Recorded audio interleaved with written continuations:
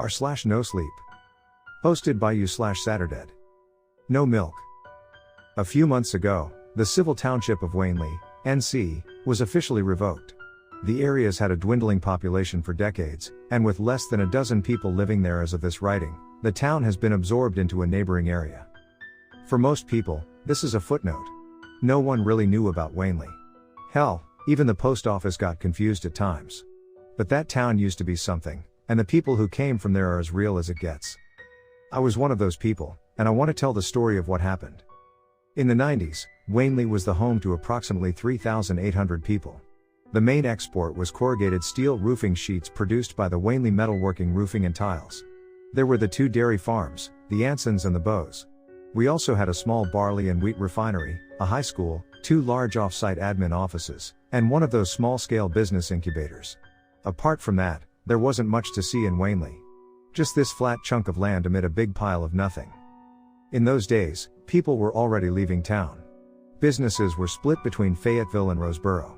A lot of people figured that there was no point making big investment plans for a town that was bleeding out. Hell, even Wanley Metalworking considered relocating south, to Wilmington, abandoning their namesake. But despite all that sour gloom, it wasn't industry decisions that caused the downfall of Wanley. I was 13 years old in 1993. I grew up with my mom Ranielle, Ronnie for short, and my dad Morgan. My little brother Amos had the room right across the hall. He was just 10 years old at the time. It was the last month of middle school. The following autumn, I was supposed to study at Wanley High. But for all of primary school, we had to take a bus out of town. Took us about 25 minutes, one way. Not too bad, but it singled us out. Us Wanley kids were a unit at that point, arriving and leaving in unison. It was a Friday afternoon in late May. I was on the school bus, on my way back home. There were these 2 kids in front of me who couldn't stop talking about their latest Super Nintendo game. Star Fox, I think. I'd zoned out their entire conversation, instead opting to stare out the window. When we got to the Wanley town sign, I noticed something strange. There was a man from the sheriff's office, using a roller to add something to the sign. All I saw was the word no. There were several police vehicles blocking the road into town.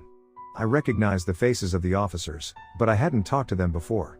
There weren't a lot of criminals in Wanley, and my family were all on the straight and narrow.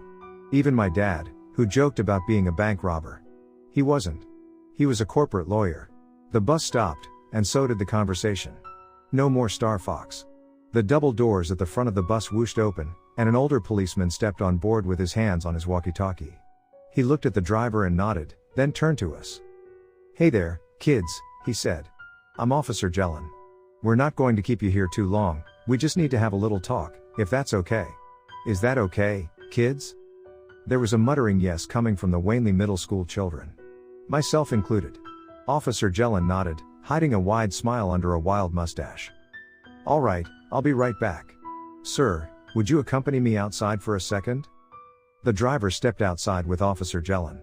Meanwhile, the rest of us kept looking around, trying to see what was wrong. "Maybe there's an accident," said one of the younger kids.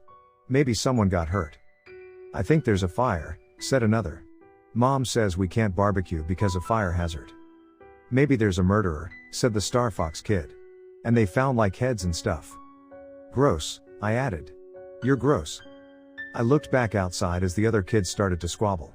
It went from fire, to accident, to murderers, to space aliens, then right back to talking Star Fox. Meanwhile, I stared off in the distance. And that, in turn, gave me an idea. I could see the back of the town sign from the rear window. I leaned back and looked out. The sign read "You are now leaving Wanley," but there was a large white text added to it. "No milk." Before I got the chance to tell the other kids, Officer Jellin came back on board. The driver got back in his seat. "I had a very productive talk with Mr. Harley here, and he tells me that I've stumbled upon a particularly crafty and well-behaved group of students. Is he right about that? Is that what you are?" Of course we were. In unison, we agreed with Officer Jellin. "Well, in that case, you might be able to help me out. See, we're looking for a special something that we can't bring into town, or people might get sick. And we wouldn't want anyone to get sick now, would we?" "Of course not." "Then I hope you won't mind some of my officers checking your backpacks, to make sure nothing bad snuck along, would you?" 2 officers stepped on board as Jellin hurried outside to halt an approaching sedan. Someone was trying to get out of town, but was turned away. One by one, the officers had a short talk with us and went through our backpacks. Our lunches, specifically. When they got to the Star Fox Kid, just ahead of me, I heard them asking him a series of questions. What he'd been eating, how long ago, if he'd gone to the bathroom since. Strange questions. Turns out he had chocolate milk as part of his lunch.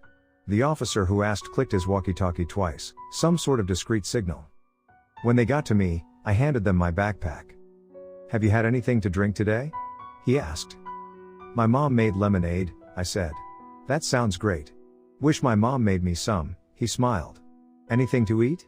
Any cheese? Any milk? Just fish sticks and rice, I said. And ketchup. Doesn't sound too bad. He rummaged through the backpack and seemed relieved not to find what he was looking for. All right, looks like we're done. You have a good weekend now. You too. Once they'd gone through every backpack, they circled back to the Star Fox Kid. They asked him to come along, and said they had to ask a couple more questions. It was scary. He started crying, and they tried to encourage him every step of the way. They said they were gonna call his parents, and everything was gonna be fine. I wasn't so sure. Once the bus started rolling, I looked back to see Officer Jelen in the rear window. He wasn't smiling anymore. He had this grim look on his face, staring straight into the asphalt, motionless. There was a long line of cars being turned away. Some cars I recognized. Friend and neighbors looking to make a quick exit. The bus had to pull to the side at one point to let a fire truck pass. I got the impression that something big had happened, but no one was telling me what it was. The conversation had died down, and I had to fill the silence with my worries. There was no chatter to distract me. By the time we got to the bus stop, I saw all our parents lined up. My mom and dad included. Amos was also there. He'd taken an earlier bus and had been home since lunch. As I stepped off, my dad swept me up in his arms. Mom was crying. What did they do? Dad asked. Did they take anything? What did they ask you? Mom took me from him. Give it a rest, Morgan, she spat. Let's go home. Amos seemed disinterested, instead clutching a Teenage Mutant Ninja Turtles comic that they'd bribed him with. There was a man in camouflage with an assault rifle walking up and down the street, asking people to disperse and return to their homes. Mom and Dad hurried back to the car, sticking me and Amos in the back. He went straight to reading his comic book, but I kept looking out the window. As we got back on the road, heading home, I noticed several strange signs. The most prominent one was on the window of a corner shop. No milk, by order of the National Guard. When we took the road by the Bose Dairy Farm, I heard popping noises. Before I got the chance to ask, my dad intervened. They're celebrating, he said. It's just fireworks. We lived at the end of a street, next to a roundabout. We had 3 neighboring houses. 2 of them were elderly couples who rarely left their homes, and the last was another family with a teenage boy. We'd hung out a bit before he started high school, but we'd fallen out of touch in the last year or so. Still, I had fond memories of watching movies on their big screen TV and playing video games. I bet they had the new Star Fox game. As we turned the corner, the street was in chaos. The Masons were out on the lawn, arguing with 2 fire marshals. The other elderly couple, the Stevensons, were dragging bags to their car. The other family was nowhere to be seen, and their SUV wasn't in the driveway. Their front door was half open, and the lock broken. There was a piece of white paper with red text nailed to the side of the door. Just go to your rooms, Dad said. We'll talk over dinner. But what's going on? I asked. We'll talk about it later, he insisted. For now, I need you to stay in your rooms. Amos looked up from his comic book. Can I play Nintendo? As long as you want, honey, Mom smiled. And tonight, there's no bedtime. Amos looked up at me like we were going to Disneyland. It took him a moment to realize that he was the only one smiling, and he didn't understand why. To be fair, neither did I. We hurried inside. Amos and I ran upstairs and got to our rooms. Amos had been allowed to keep the Super Nintendo in his room, while I had a VCR. It was fair enough. He could play games, and I could watch movies. But I wasn't in a mood to watch anything. I had this sinking feeling that something was terribly wrong, and I kept looking out the window, hoping to see something. The Stevensons were arguing next to their car, and the Masons were being ushered back into their house. I could see smokestacks rising from the dairy farms, and flashing lights from fire trucks going back and forth down Main Street. Every now and then, if I listened closely, I could hear popping noises. It didn't sound like fireworks. It sounded like gunshots. I'd only been in my room for a couple of minutes before I heard a careful tapping at the door. Amos stepped in with this haunted look on his face, his eyes wide and unblinking. "Can you help me with my science project?" he asked. "It's acting funny." Amos had been working on a science project for school. It wasn't a big deal. He'd taken different kinds of milk and placed them in cups to see which ones went bad first. He usually checked it before he went to bed, making notes about changes over time. "Can you please look?" he asked. "It's really weird." "All right." For something to make Amos say please, it had to be something out of the ordinary. I walked across the hall to his room, catching a whiff of an argument downstairs. Mom had raised her voice. There was a certain pitch to it when she was worried about something, and she wasn't holding back this time.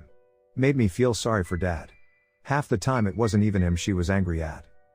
I followed Amos past the pause screen for Contra 3 and up to the window. He had the cups resting on a small metal tray, with plastic wrapping. He stopped just ahead of it. I heard this noise, and he pointed at the cups, clutching his notebook. "I haven't opened it. Mom says it smells too much." As I approached, I saw the cups rattle. Not much, but enough to make a noise.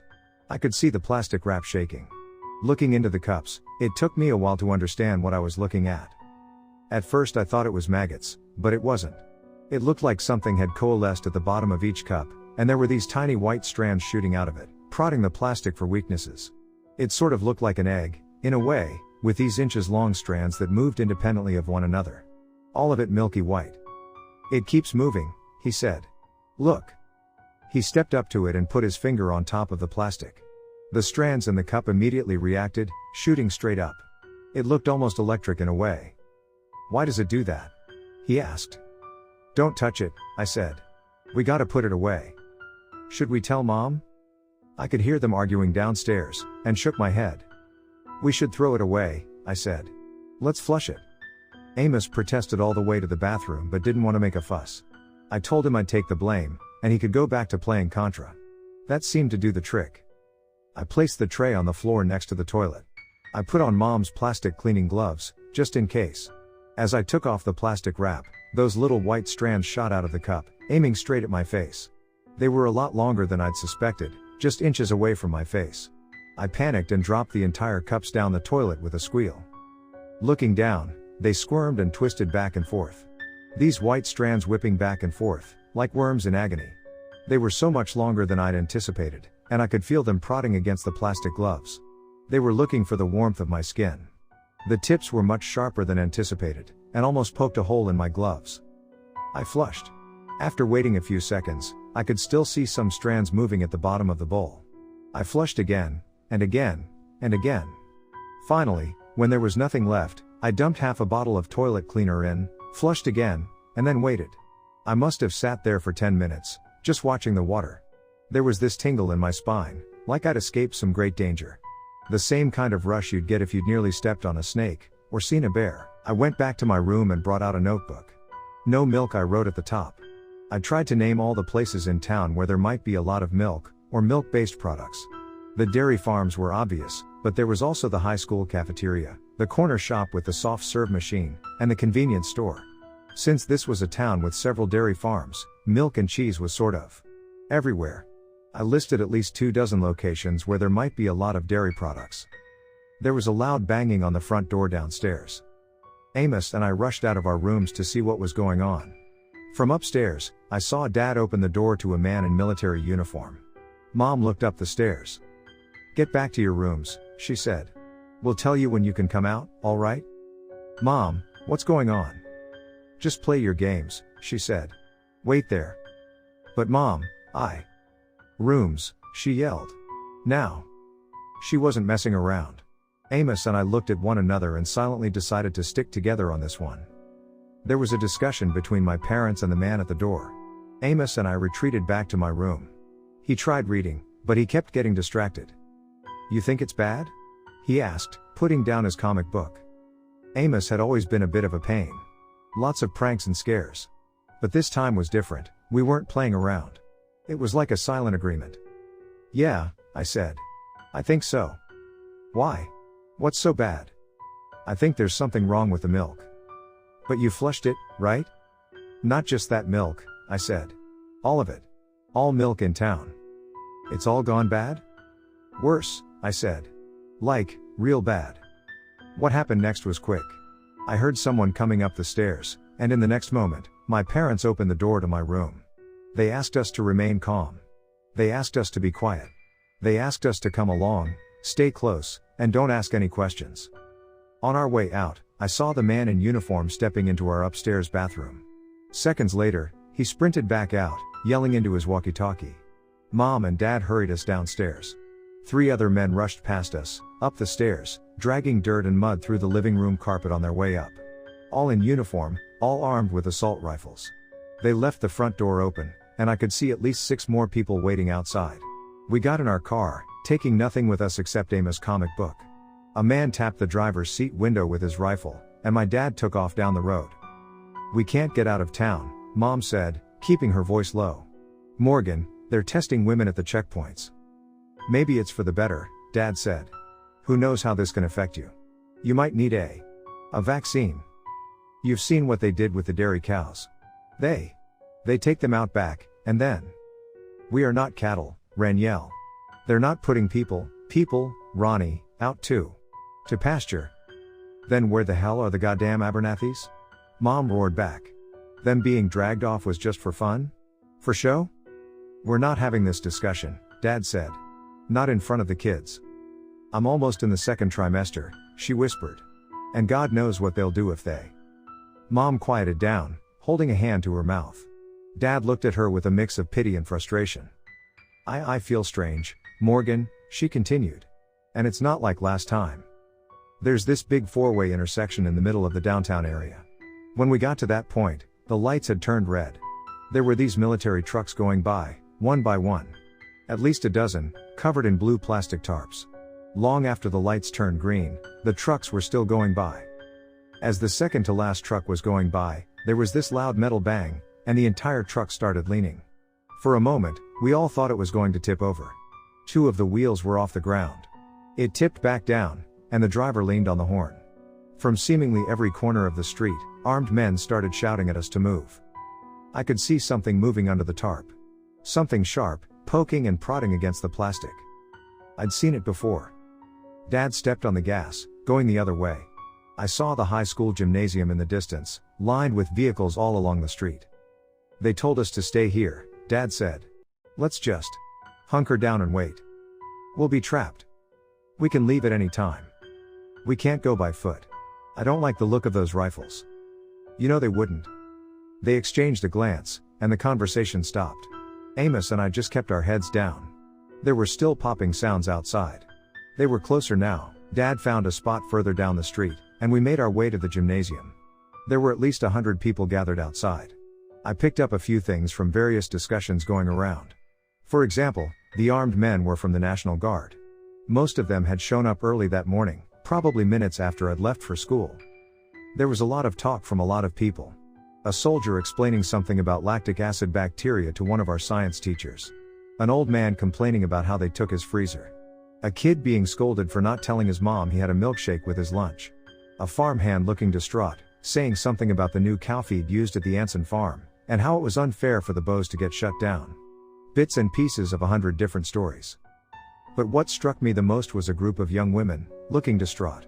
One of them kept repeating the same thing, over and over, to a soldier. "I'll never get rid of it?" she asked. It's in there? For good?" We had to sign our names on the way in. Dad signed for the 4 of us. I barely recognized anyone. They'd set up green military cots, 2 by 2, with a basic footlocker for valuables and personal belongings. Dad weaved between aisles of cots, keeping me and Amos close. Mom was looking for the restroom. "When can we go back to the house?" Amos asked. "They're checking the pipes," Dad said. "That can take a while." "Checking the pipes for what?"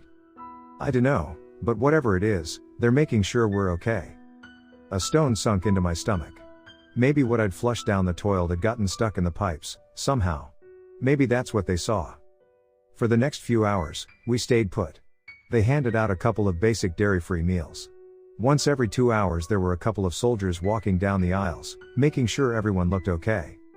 But people were far from okay.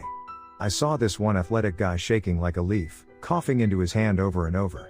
It sounded awful, like his body was trying to push something out. When the patrol made their rounds, they took him outside. I didn't see him again. Mom was in the bathroom for a long time. At least an hour. When she got back, she had this slightly ashen complexion, like she hadn't slept for days. Dad was worried, but she kept telling him she was okay. Once it started to get dark, the patrols said they were closing down for the night. A curfew was in effect. Dad had all kinds of questions but didn't want to start arguing with armed soldiers. I could tell he was holding back. Corporate lawyer or no, personal freedoms are a big sticking point to him. I remember this big clock over the scoreboard. If you managed to filter out the cries and the occasional scream, that clock was the only thing you could hear. And I could swear that the seconds were getting longer the more you listened to it. Mom and Dad shared a cot, while Amos and I got one each. Amos went out like a light, but I stayed up long after midnight. I couldn't help it. That damn clock kept me up. With the lights off, all I saw was the sharp shadows cast by the crescent moon creeping in through the cloud cover. As the screams and cries turned to sniffles and snores, I was left awake staring into the ceiling. I heard people whispering about megabacteria.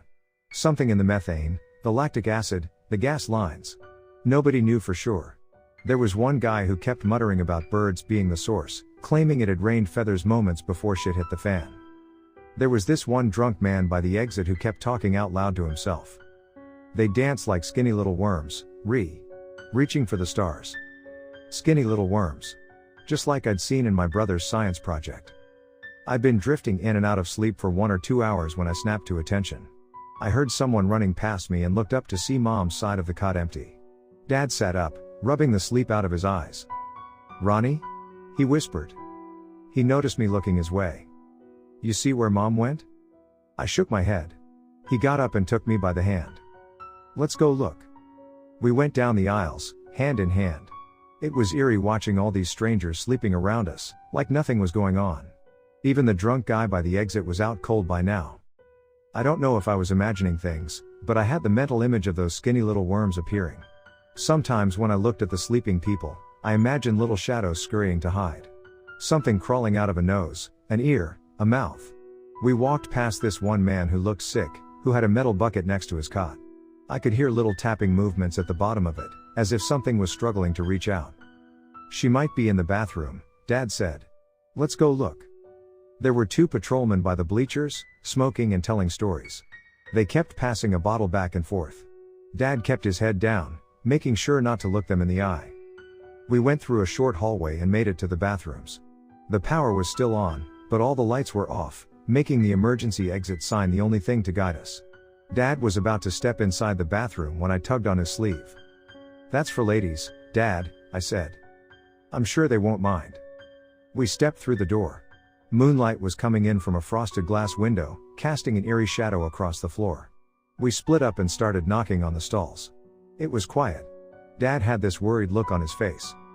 "Maybe you should step outside for this," he said. "Just for a while." "Let's check," I said. "It'll be quick." "Wait, let's." I opened one of the stalls. I barely saw anything. In the moonlight, I couldn't see much more than outlines. I saw a pair of still hands holding up a bloated belly, with these dancing little worms pushing their way out of the skin. Like a goddamn human garlic press. The tapping sound of 100 thin parasites, looking for a new host. Some were just an inch long, others were as tall as an arm. One of them poked the nail on my thumb, but couldn't latch on. I saw chunks of hair strewn across the floor, a side effect of late-stage infection. A hand fell over my eyes, and I was dragged outside. When I looked up, I saw Dad. His entire body language had changed, like he was in pain. For a few seconds, all he did was stare at me. Then there was a bang on the door, coming from the inside. I need you to get your brother," he said. "I need you to get your brother, and I need you to get to the car." "But Dad, what?" "Here." He handed me the car keys. "I'm trusting you. And I need you to hurry." "But what about?" Another bang on the door. Dad straightened his back and pushed it shut. I stepped back, feeling my pulse rise through my chest. "Go," he yelled. "I'll meet you outside." Running back out, some of the cloud cover had cleared outside.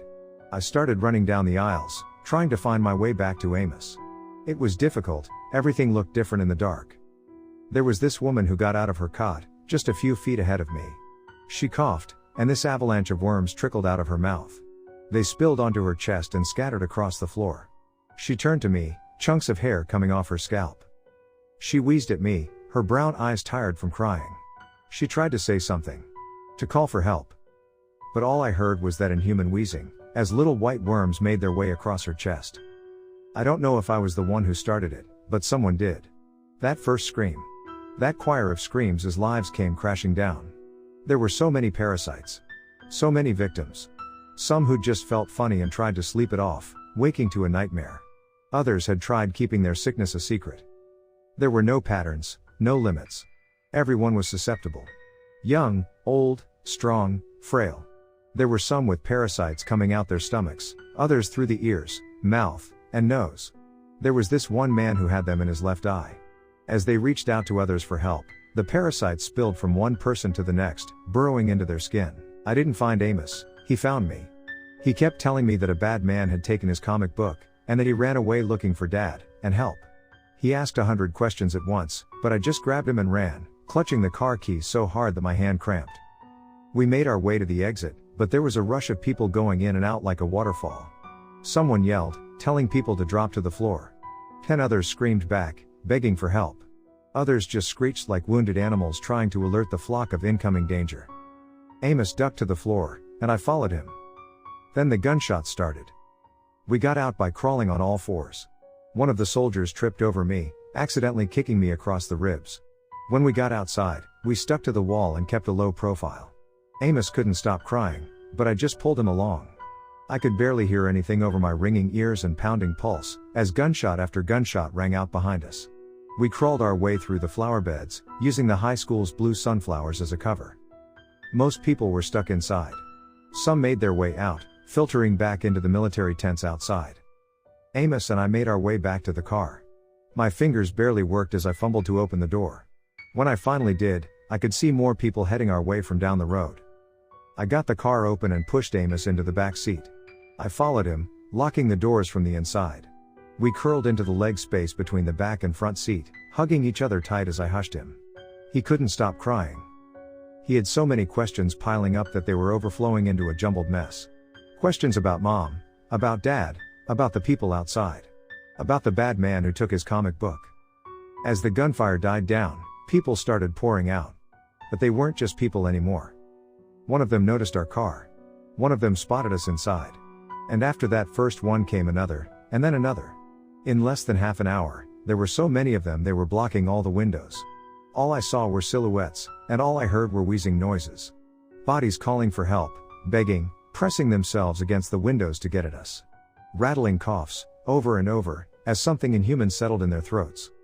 I could only see parts of them as they banged on our windows. There was this one man smiling at me with little worms dancing between the gaps in his yellow teeth. He pressed himself against the passenger window, meeting my gaze. "Bad man," he groaned. "Bad man. Help." An eternity passed in the back of that car, and sometime during that eternity, the noises stopped. Maybe they moved on. Maybe they got shot. I don't know. But at some point, the sun broke through, and we were both okay. Panicked, but okay. There were soldiers outside, rounding up people from the gymnasium, and people from the tents. Some were sent back home after signing some documents. Others were asked to stay near their vehicles until further notice. And me? Well, I refused to open the door for anyone. Amos and I stayed in there for hours, until we could feel the heat baking us. Then, the door opened. My dad had a spare set of keys. Seeing his familiar face outside the passenger side window was everything I needed to know that, in some way, we'd be okay. He'd locked himself in one of the stalls and kept quiet all night. Looking back at it, he and everyone else were forced to sign some kind of agreement. We were given a hefty compensation, and all we could say was that it was killer bacteria coming from one of the dairy farms. Which, in a sense, was true, but it didn't tell the whole truth.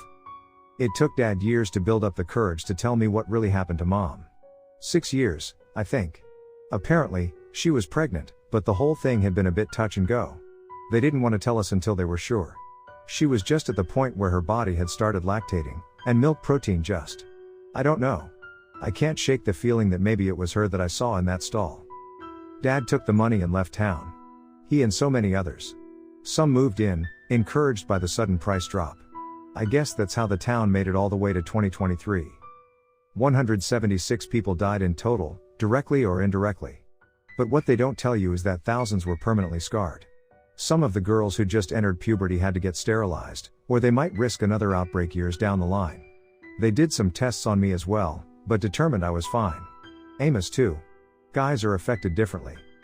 I still have that bacteria in me, in some capacity. While I can eat and drink dairy nowadays, there is that part of me that just can't bring myself to try. The thought of reliving any part of that day gives me this sickening feeling in the pit of my stomach. I feel my pulse rising just thinking about it.